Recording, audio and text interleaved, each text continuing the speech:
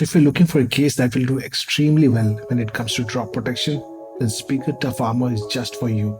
Except that there are two big problems you should know about before making your purchasing decisions, which I'll explain later in this video. But first, let's see what's good. So the first thing you'll notice about this case is that it's built like a tank.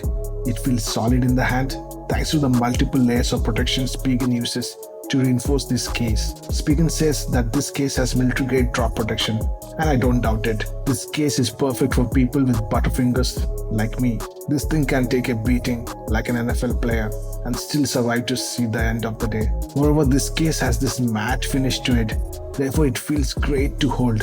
And on top of that, it doesn't attract any fingerprints. The sides of the cases are raised. It's raised a bit more than other case manufacturers do, but that's okay since you're getting extra protection for your screen if and when you happen to drop your iPhone face down.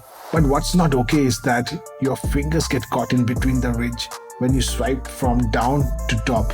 Like for instance, while closing an app, coming to the back of the case, you'll notice another raised ridge around the camera module, and that helps protect the lens from scratching when you place your phone on the table. And speaking of tables, this case sits flat on the table with minimum wobble, which is great. Another thing you'll notice in the back, there is this large cutout in the middle of the case. It's not functional though, just for aesthetic reasons, so that you can flaunt your Apple logo. Because of this cutout though, a lot of dust tends to accumulate over time and the logo gets scratched, which is not a good look. But what's good about this case are these clicky buttons.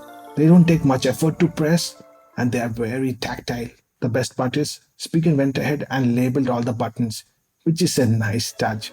And check out this action button. It has a groove all along, so you know you're clicking the action button, even without looking at it. By the way, this case has a nice little trick up its sleeve, and that's this kickstand. It sits flush with the case and has this tiny little indentation, so that you can lift it up with your finger. This kickstand comes in handy while you are watching a movie in flight or you are at the desk. But then again, it has its own limitations. First, you can only prop your iPhone only in landscape mode.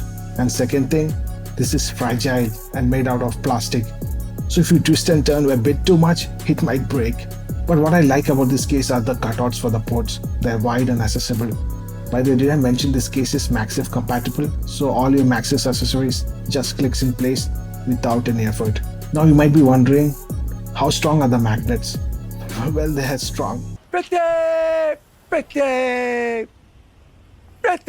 good. Your MagSafe accessories will not simply flop around at the slightest push. Having said that, this case feels big and heavy in my hands, and that's the problem I have been having with this case. And this problem gets magnified if you happen to have the Pro Max version. One-handed use becomes tiresome, and reaching for the dynamic island starts to become painful. I guess that's the trade-off you need to pay when you are considering a case with this great drop protection. However, this case is much lighter and has a smaller footprint than that of UAG Monarch series.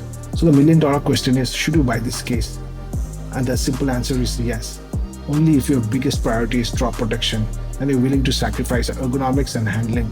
But to be honest though, there is another great case you should definitely check out before making your purchasing decisions.